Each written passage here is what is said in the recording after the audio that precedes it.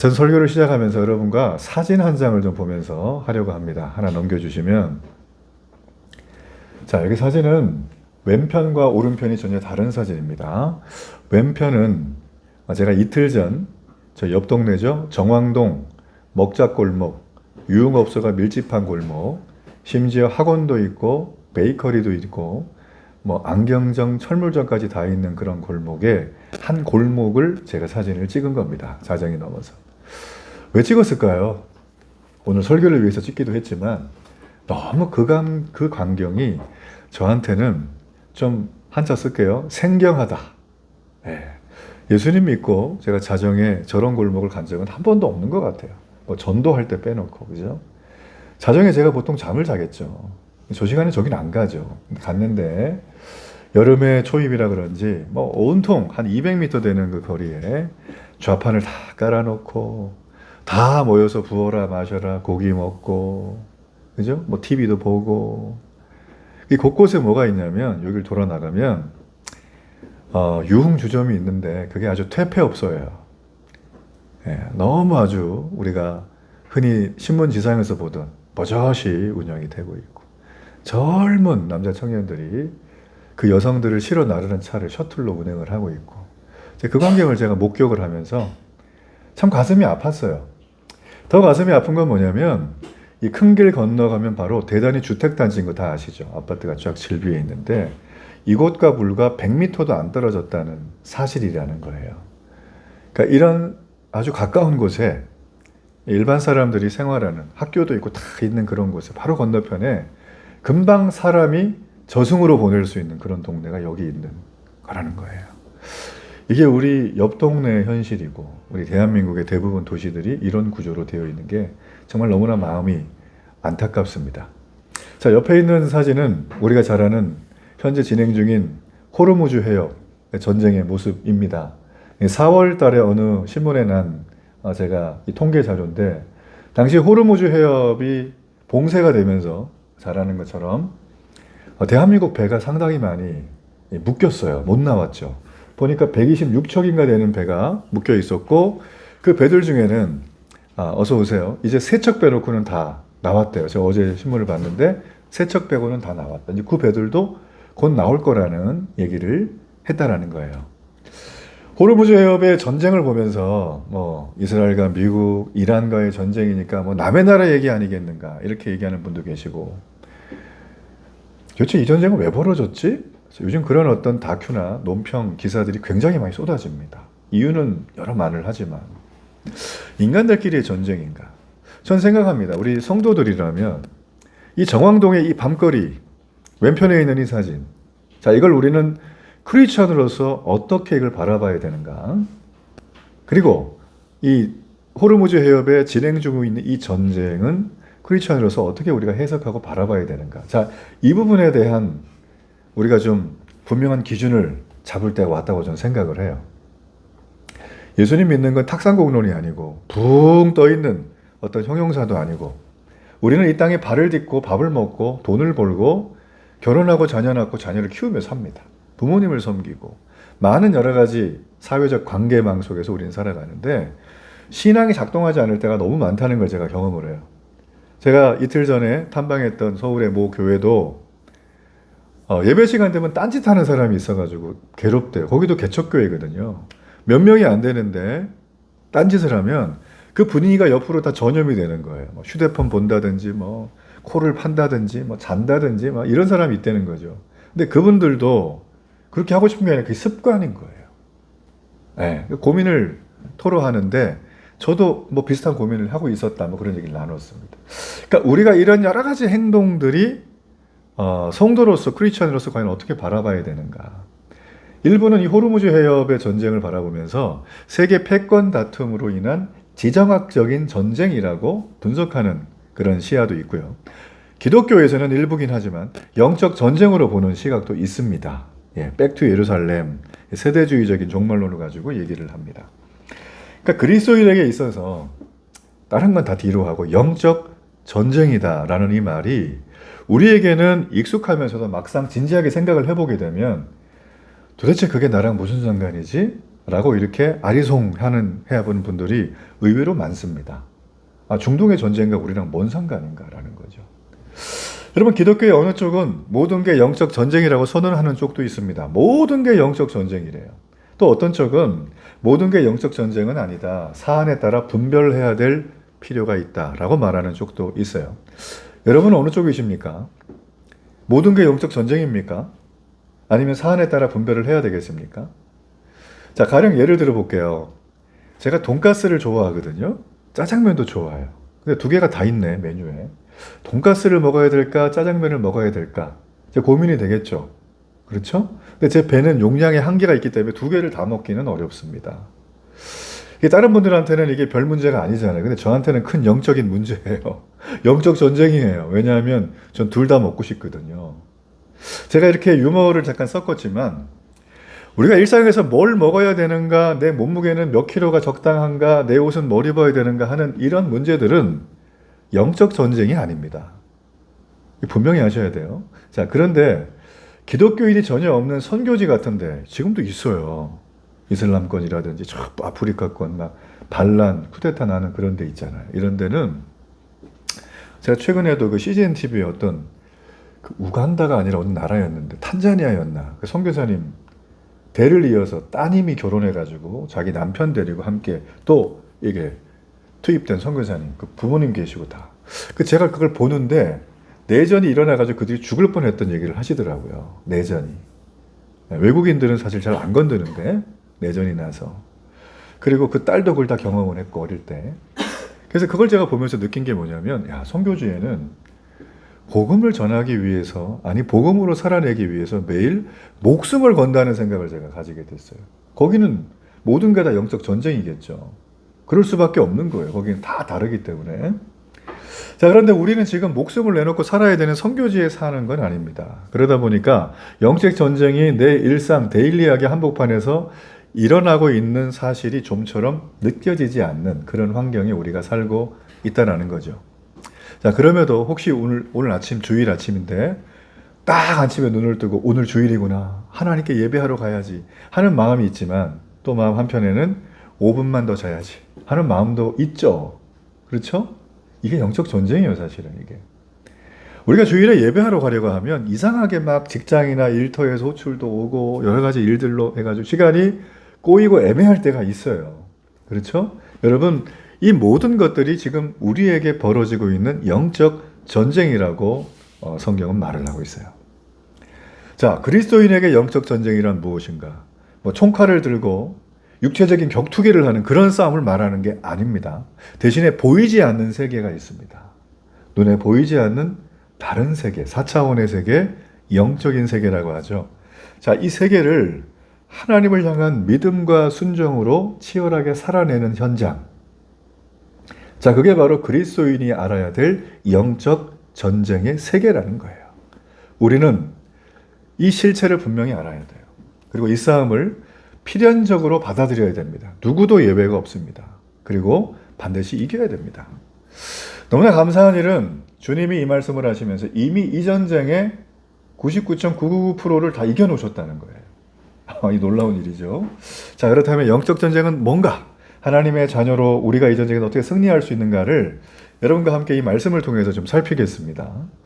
자, 승리의 비결은 아주 간단합니다. 우리가 이길 게 아니라 주님 안에 들어가 있으면 되는 거예요. 아주 쉬운 말로 예수님께 붙어 있으면 돼요. 아주 쉽죠? 자, 시편 말씀 보기입니다. 시편 91편 13절. 자, 화면 보여주시고요. 내가 사자와 독사를 밟으며 젊은 사자와 뱀을 발로 누르리로다 라고 했어요. 자, 사자라는 단어가 등장하는데 이거는 우리가 아는 정글의 왕, 밀림의 왕 사자 맞습니다. 자, 이 사자는 성경에 등장할 때 어떤 상징으로 등장하는데 되게 약탈을 일삼는 아주 잔혹하고 강포한 인간상을 그릴 때 사자란 말을 쓰고 또 다른 말은 사탄을 얘기할 때 마귀를 얘기할 때 쓰기도 해요. 다윗도 이걸 썼어요. 다윗의 시편에 보면 그들이 사자같이 나를 찢고 뜯을까 겁난다 그랬어요. 베드로도 썼어요. 베드로도요. 근신하라 깨어라 너희 대적 마귀가 우는 사자와 같이 어떻게 한다? 삼킬 차를 찾는다. 그 지금 현대판 우리예요, 지금. 예.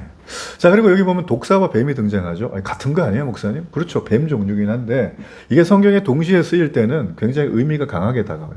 뭐냐면, 이 독사와 뱀의 특징은 은밀하게 오잖아요. 막 대놓고 안 오죠. 대놓고 우리가 막 때려잡잖아요. 근데 막 나오잖아요. 속도도 빨라요. 은밀하게 와서 우리를 넘어뜨리는 아주 간사한 마귀 사탄을 가리킬 때 이 얘기를 쓴다는 거예요. 자, 계시록 12장 9절의 말씀 넘겨주세요. 큰 용이 내게 내쫓기니 옛뱀 곧 마귀라고도 하고 사탄이라고도 하며 온 천하를 꿰는 자라. 그가 땅으로 내쫓기니 그의 사자들도 그와 함께 내쫓기니라. 자, 여기 한번 보세요. 여기 보면 요한계시록 말씀에 큰 용, 다른 이름이 뭐예요? 옛날에 옛뱀 나오죠. 그리고 마귀, 사탄 동일한 얘기예요. 특징이 뭐예요? 얘들 하는 목적은 온 천하를 꿰는 자. 어떻게 해요? 하나님의 손에서 뺏어오는 자라는 거예요. 이들이 하는 얘기는. 네. 그렇죠? 근데 이들이 어떻게 됩니까? 내쫓겼다. 이 땅으로. 그러니 우리가 발붙이고 살아가는 이 땅에는 뭐가 있습니까? 옛뱀, 사탄 마귀가 장악을 하고 있는 거예요. 그게 뭐예요? 보이지 않는 영적 실체의 핵심적인 대적이라는 거예요. 성경은 이 부분을 돌려 말하지 않습니다. 분명하게 말합니다. 네, 분명하게 말합니다.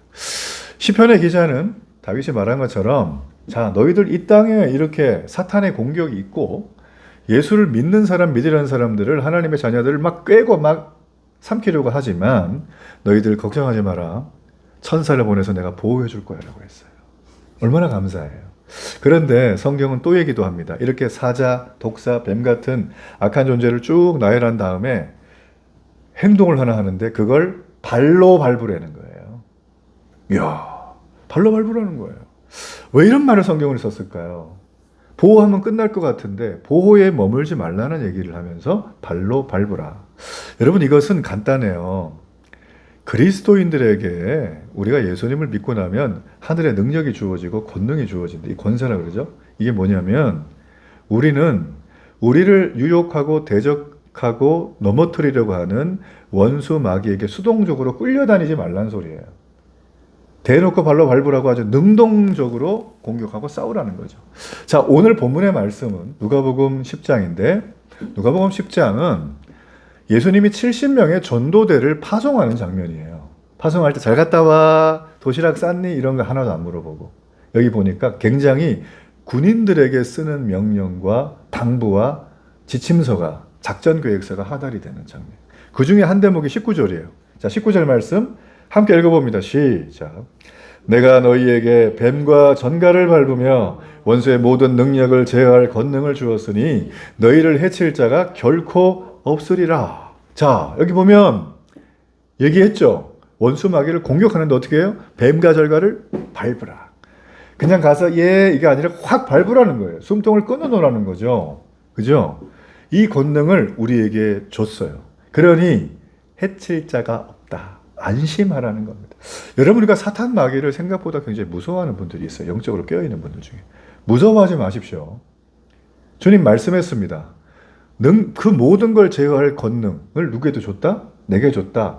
조종관을 내게 준 거예요. 사탄한테 있는 게 아니에요. 그들이 우리를 유혹을 하긴 하지만 조종관 누구한테 있어요? 나한테 있는 거예요. 나한테 애들 말로 게임에 치트키가 있는 거지 걔한테 뭐가 있는 게 아니에요. 그러니까 절대 끌려다닐 필요 없고 우리가 무서워할 필요가 없다. 자, 그런데 뱀과 전갈의 특징은 치명적인 독이 있다는 사실이잖아요. 우리가 그렇죠. 그래서 성경은 이 뱀과 전갈을 아까 얘기했지만 사탄과 그의 부하들, 쫄개들을 얘기합니다. 근데 예수님은 이들을 한 단어로 표현했어요. 저를 한번 따라해보세요. 원수. 네, 사탄은 원수예요. 원수. 하나님과 원수. 원수라는 거예요. 그리고 예수님을 믿고 하나님의 자녀가 된 우리도 그 순간부터 사탄과 친하게 지내던 옛생활을 벗어버리고 이제 어떻게 되죠? 원수된 관계가 되는 것입니다. 그러므로 우리가 하나님의 자녀라면 권세를 받는데 그 권세는 사탄을 상징하는 뱀과 전갈을 공격적이고 능수능란하게 밟아서 이기라는 거예요. 자, 여러분, 성도는 그냥 디펜스만 하는, 방어만 하는 그런 존재가 아닙니다. 최선의 전략은 최선의 공격이죠. 공격이 최선의 전략이에요. 그러니까 사탄 마귀가 내게 들어오기 전에 우리는 공격을 해야 한다라는 거예요. 자, 그러므로 여러분 우리 보세요. 이 말을 우리가 문자적으로 해석하는 분들이 계신데, 그러면 만일 문자 그대로 뱀과 절갈을 밟으라 그랬으니까 이걸 우리가 하려면 맨날 아침 이슬 맺는 그런 아주 야심한 시각이나 아침 이른 시간에 짝대기 하나 들고 산을 타면서 뱀들을 찾아가지고 그냥 밟아야 되겠네요? 예수님과 제자들은 한 번도 그렇게 한 적이 없어요. 이걸 문자적으로 해석하면 안 됩니다. 이 말씀은 두 가지 의미가 있는데, 하나는 금방 말한 것처럼 전쟁을 공격적으로 하라는 거예요. 사탄과 영적인 전쟁을. 그리고 또 하나는 뭐냐면 겁내지 마라. 영적으로 이미 승리했다고 선포합니다. 여러분, 이 본문의 19절의 말씀은 예수님 시대죠. 이때가 고대 근동지방인데, 이때는 전쟁에서 승리를 하게 되면 승리한 승자가 패자를 데려다가 땅에다가 얼굴을 받고 발로 밟아요. 죽이려고 하는 게 아니라 상징적인 퍼포먼스예요. 왜냐하면 그 자기의 백성들에게 승리를 했다는 걸 확실하게 확인시켜 주는 겁니다. 그렇죠. 확인 사살. 그래서 더 이상 패자가 반란의 기미를 하게 못하도록 그렇게 아주 하는 거죠. 여러분, 예수님은 우리에게 이와 같이 어떤 일을 하셨는가? 영적 전쟁에서 승리를 주셨어요. 어떻게? 완전한 승리를 주셨다. 두려워하지 말기를 바랍니다. 두려워하지 마세요. 두려워하지 마세요. 자, 그러면 우리는 예수님을 믿는 순간부터 하나님의 자녀가 되지만 우리의 이 땅에서의 신분이 있어요. 직업. 그게 뭔지 아세요?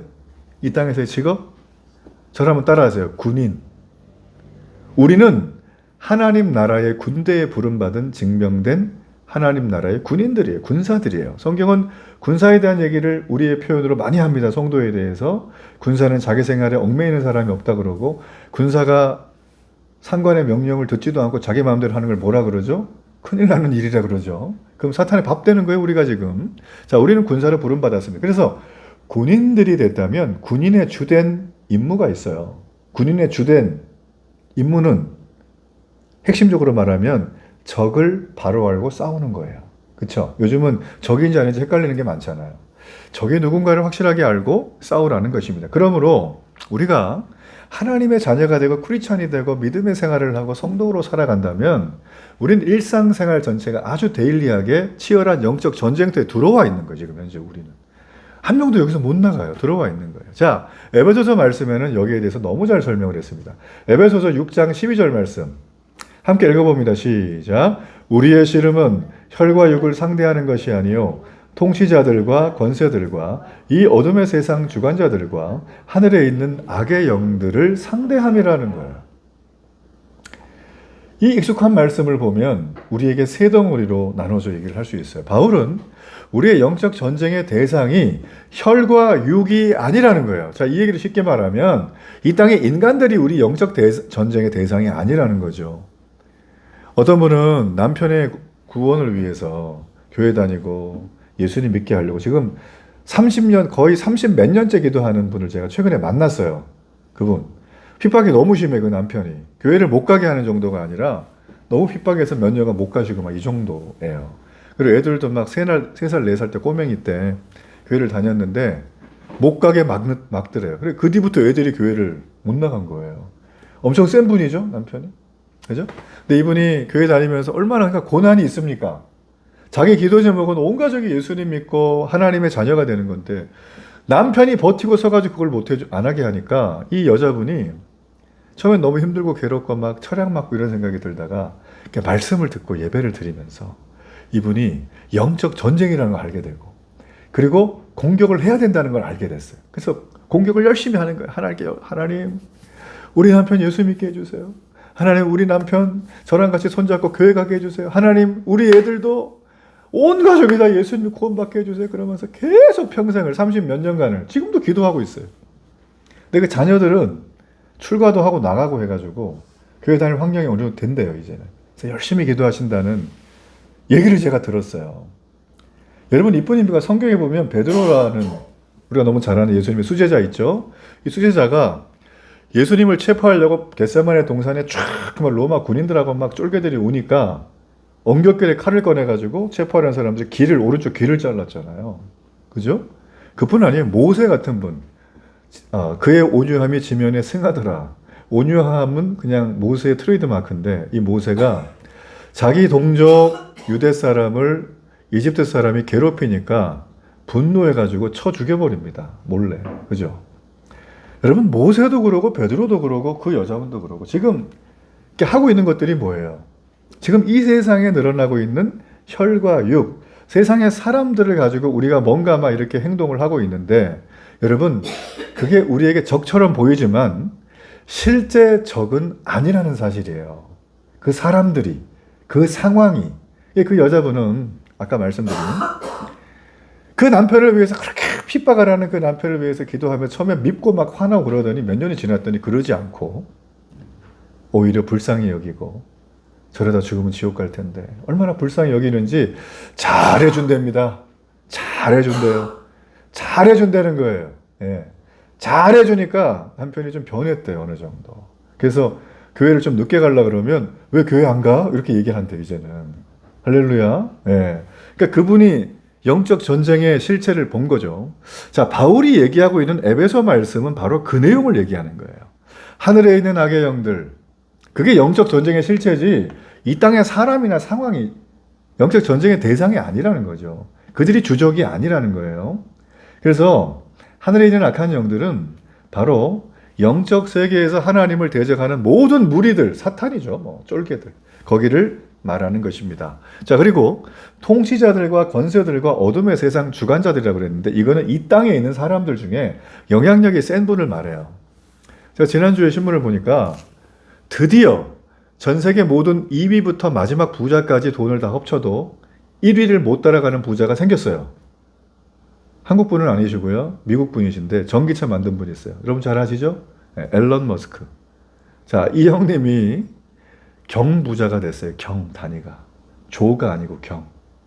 뭐 그거는 왜 그런지는 뭐 신문 나오니까 보시면 되고. 전 그걸 보면서 어떤 생각이 들었냐면 자, 이 사람은 지금 화성에다가 사람들을 이주시켜서 살겠다는 꿈이 있어요. 그래서 우주선도 만들고 전기차 자율주행도 만들고 로봇도 만들고 막 그러죠? 근데 이 사람이 얘기 처음 했을 때는 20년 전에는 다 그냥 미쳤다고 생각을 했어요. 아주 좀 심한 말로. 미쳤죠. 그때 기술이 어디 있습니까? 지금 보는 하나도 없단 말입니다. 스타링크 같은 저궤도 위성은 아예 없었거든요. 그때는. 근데 지금은 막 몇만 개가 돌아다니고 이제는 우리가 SK나 이런 데 돈 안 내고 스타링크 접속하면은 무선으로 되는 단말기도 나왔어요. 다 무료예요. 우크라이나가 전쟁에서 지금 승리를 잡고 있는 거는 거기 스타링크를 무료로 쓰기 때문이에요.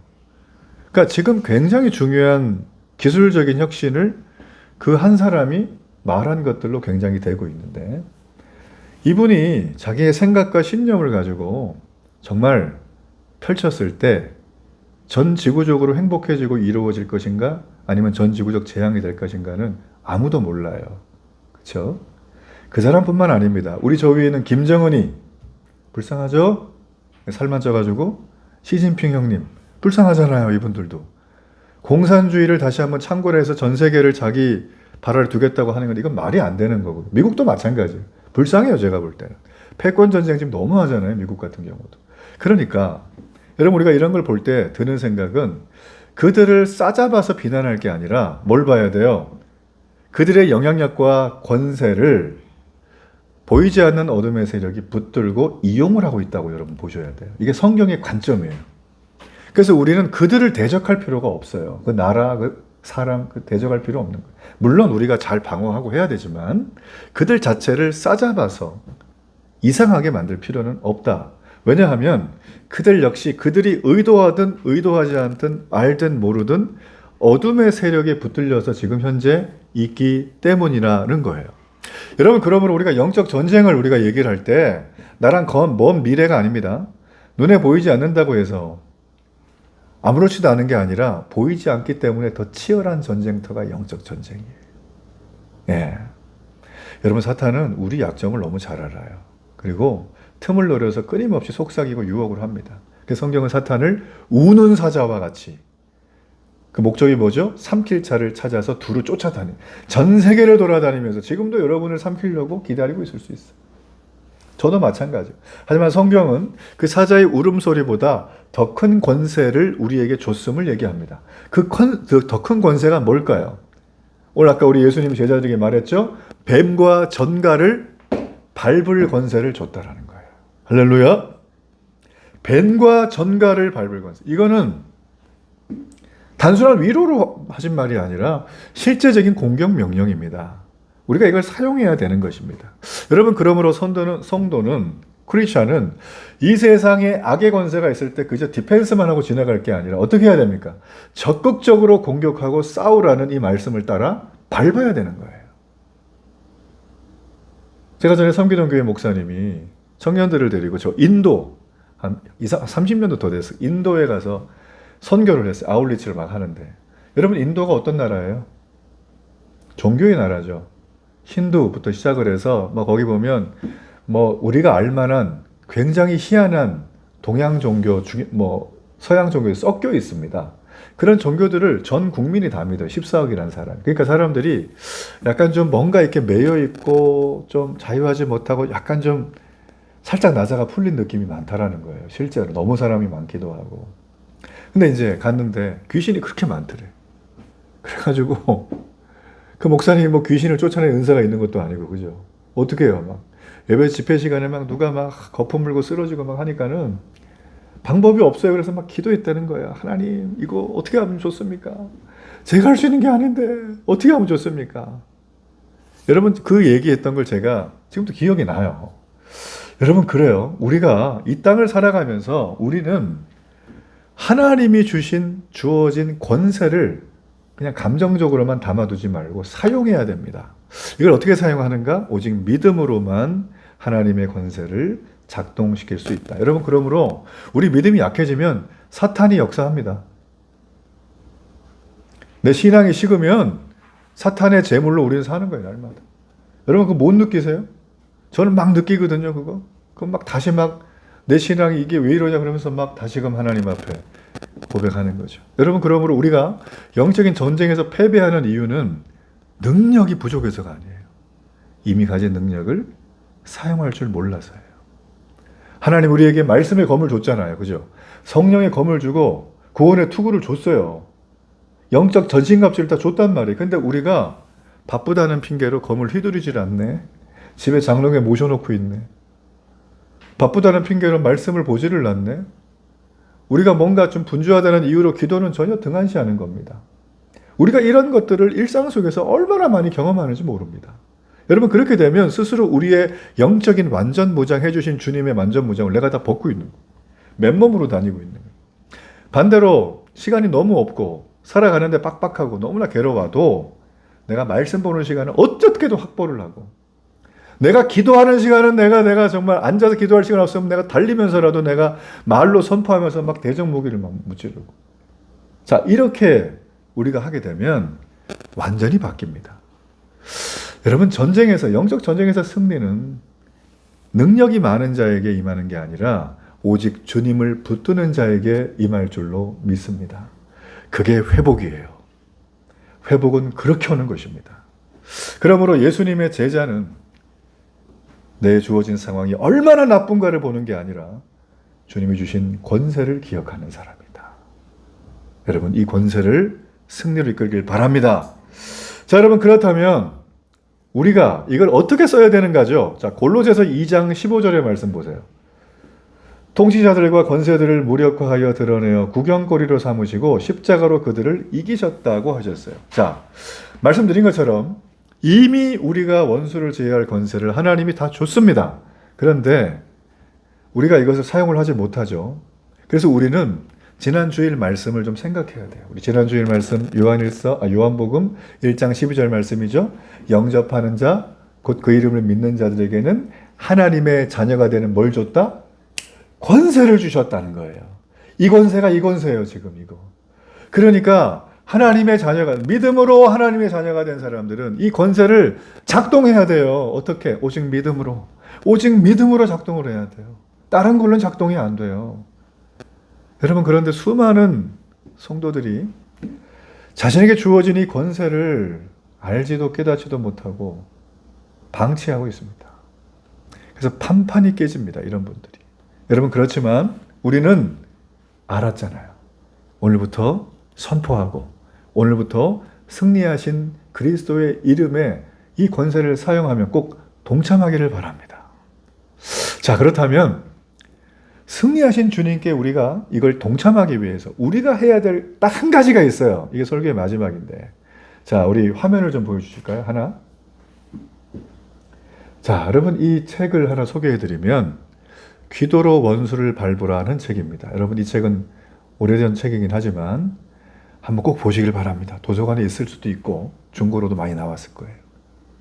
이엔 바운즈라고 하는 미국의 목사님이신데 19세기 미국의 남북전쟁 시절의 목사님이신데 이분은 기도에 대한 엄청난 좋은 책을 많이 쓰셨어요. 저도 이 20대 시절에 이분의 책을 여러 권 보고 기도는 이렇게 하는 거구나 깨달았던 분 중에 한 분입니다. 근데 이 이엔 바운즈 목사님이 쓰셨던 이 책에 보면 지금 우리가 얘기했던 마귀, 이걸 원수라 그랬죠. 그죠? 원수에 대해서 개념을 설명을 했어요. 자, 옆에 보면 써 있는데 위쪽에 글씨가 보일까 모르겠습니다. 글씨 맨 위에 거 파란 거 보이시죠? 자, 제가 읽어볼게요. 우리의 모든 영역이 우리가 부르짖는 기도에 달려 있다. 그리고 하나님의 놀라운 약속이 우리의 삶의 생생한 현실이 되는 것 역시 우리의 기도에 달려 있다라고 그분은 영적 전쟁을 하는 자, 원수를 밟는 자가 반드시 필요하고 해야 될 것은 기도라고 강조를 했습니다. 그런데 이걸 도외시하고 깨닫지 못하고 저기 뒤에 버려놓은 사람들에게는 이렇게 경고를 해요. 아래쪽입니다. 기도하지 않는 모든 사람들은 단지 종교 놀이를 하고 있을 뿐이고 그리스도의 병사인 채 하는 것에 불과하다. 그들에게는 갑옷도 탄약도 없기 때문에 사악하고 논쟁에 강한 세상 사람들 앞에서 무력하기 짝이 없다라는 겁니다. 엄청 찔리죠. 우리가 살아가는 삶이 이렇다고 이분은 얘기합니다. 여러분 어떻습니까? 나는 그리스도의 병사로 하나님이 주신 구원의 투구, 성령의 검, 의의 신발, 흉패 다 붙이고 이렇게 완전 무장한 채로 살아갑니까? 누구보다 내 자신을 내가 더 잘 알죠? 우리가 세상 사람들 앞에서 혹시 무방비 상태로 무장 해제된 채로 날마다 살아가는 건 아닐까요? 여러분 이런 얘기는 성경에 또 나옵니다. 성경에 보면 귀신 들린 아들을 데리고 고쳐달라고 찾아왔던 아버지가 있어요. 그게 마가복음 9장에 나오는 건데 당시 예수님의 9명의 제자들이 있었는데 이걸 부탁을 했는데 9명 다 이거 실패를 합니다. 귀신을 못 쫓아냈어요. 그러니까 이들이 막 시리에 빠져 있는데 예수님 오셔가지고 혼내신 다음에 귀신을 쫓았어요. 그래서 이들이 물어봐요. 예수님, 어떻게 예수님 이걸 하실 수 있습니까? 그랬더니 예수님 이렇게 대답을 하셨어요. 마가복음 9장 29절의 말씀. 다음 화면 넘겨주세요. 이르시되 기도 외에 다른 것으로는 이런 종류가 나갈 수 없느니라 하시니라. 한번 같이 읽어볼까요? 시작. 이르시되 기도 외에 다른 것으로는 이런 종류가 나갈 수 없느니라 하시니라. 자, 귀신을 쫓아내고 제어하는 권세가 어디 있어요? 기도 외에는 없어요. 기도를 해야 되겠어요? 안 해야 되겠어요? 해야 되는 거예요. 어떻게 해요? 정확한 내용을 가지고 공격적으로 먼저 치고 들어가는 거예요. 여러분 제가 한 분의 간증을 좀 하고 실제 있는 분이고 지금도 계시는 분인데 간증을 하고 좀 마치겠습니다. 제가 이틀 전에 서울 모 교회를 개척교회인데 탐방을 갔습니다. 제 친구와 함께. 이 탐방을 간 이 교회에 어떤 그 교회가 개척해서 세워지고 연약한 공동체가 세워지는 그런 과정들을 제가 이렇게 들으면서 참 제가 감사가 되고 격려가 되는 시간이었어요. 근데 그 중에 제가 설교를 준비하다가 그 목사님께 들었던 그 성도 중에 한 분, 한 자매님 얘기가 생각이 났어요. 30대 중반의 자매님인데, 제가 실명은 얘기하지 않고, 몰라요, 사실 실명도. 그래서 제가, 한 자매님, A 자매로 제가 얘기를 하겠습니다. 그래서 제가 이 설교를 위해서 목사님께 연락을 드려서, 목사님, 그 자매님 얘기를 제가 좀 각색해서 좀 해도 되겠습니까? 설교의 마지막 마무리에 우리 성도분들에게 은혜가 될 수 있도록 좀 이렇게 하겠습니다. 그랬더니 목사님이 흔쾌히 허락을 해주셔서 제가 허락을 받고 이 예화를 사용을 합니다. 이 교회에 개척을 한 교회에 30대 중반의 어떤 자매님이 A 자매님이 오셨어요. 이 자매님이 오셔서 잘 다니셨어요. 근데 여러 가지 많은 상처와 아픔이 많은 자매님이셨어요. 그 자매님이 몇 달 잘 나오시다가 갑자기 또 몇 달 안 나오시는 거예요. 교회는 그 자매님을 계속 연결하면서 기도하면서 그랬는데 상황이 이래요. 이 자매님이 어릴 때 부모님 이혼을 하셨어요. 동생이 아픈데 이 아픈 동생을 자기가 키운 거예요. 돌보면서. 성인이 됐는데 이 자매님이 봤더니 조울증이 심하다는 걸 알게 됐어요. 일상생활이 안 되죠. 그래서 경제적 파산 직전까지 가서 어릴 때 헤어진 어머니 집에 찾아갔어요. 어쩔 수 없이. 그냥 더부살이 한 거죠. 근데 어머니가 식당을 하십니다. 그래서 이 자매가 어쩔 수 없이 식당 일을 거들기 시작을 한 겁니다. 근데 뭐 너무 오랫동안 떨어져 있다 만났으니 사사건건 어머니와 안 맞고 싸우고 맨날 말다툼하고 이러는 마음이 지쳐가는 거예요. 자, 그런데 이 자매님이 설상가상으로 이런 상황 속에 있는데 이제 이런 얘기를 누구한테 못 하잖아요. 근데 계속 교회를 못 갔지만 교회 목사님과 성도들이 계속 이렇게 영적인 가정으로 연락하고 기도해주고 답장이 없어요. 그런데도 계속 연락을 하셨다는 거예요. 자, 그러다 어느 날 이 자매가 왜 교회를 못 오는지를 알은 거예요. 봤더니 주일날에도 식당에서 일을 하고 있는 거예요. 그 어머니 식당에서. 그래서 목사님과 성도들이 작전을 짰습니다. 차를 몰고 그 식당을 가서 미리 연락을 드리고 주일날 자기들이 먹을 점심 있죠. 주일 점심. 이거를 다 샀어요. 그 차에다 싣고 어머니께 말씀을 드리고 그 자매도 데리고 교회를 갔어요. 그래서 예배를 드리고.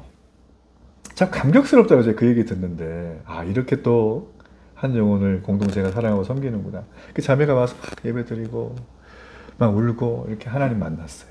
근데 현실은 달라지지 않아요. 근데 그럼에도 그런 일들을 한 번, 두 번 반복하면서 이 자매님을 또 초청해서 성경 공부도 같이 개인적으로 하고 1대1로 제자 양육도 하고 하면서 이 자매님이 말씀을 점점 알아가기 시작을 했어요. 변화가 생겼습니다. 근데 어느 날 본인이 이렇게 말씀을 공부하고 양육을 받고 있는데 순간 이런 생각이 들더래요. 부모님도 버린 나 같은 여자를 왜 목사님과 교회 성도들은 나를 이렇게까지 생각을 해주는가.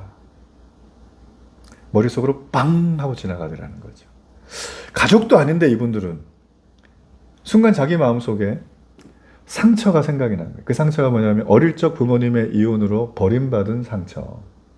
그 동생을 의지할 것 없으니까 자기가 돌보면서 얼마나 힘들었는지 그 상처가 막 올라오더라는 거죠. 그래서 자기는 돈 벌면 가족이 다 같이 만나서 가족의 사랑을 내가 보여주기 원했던 그런 사람이었어요.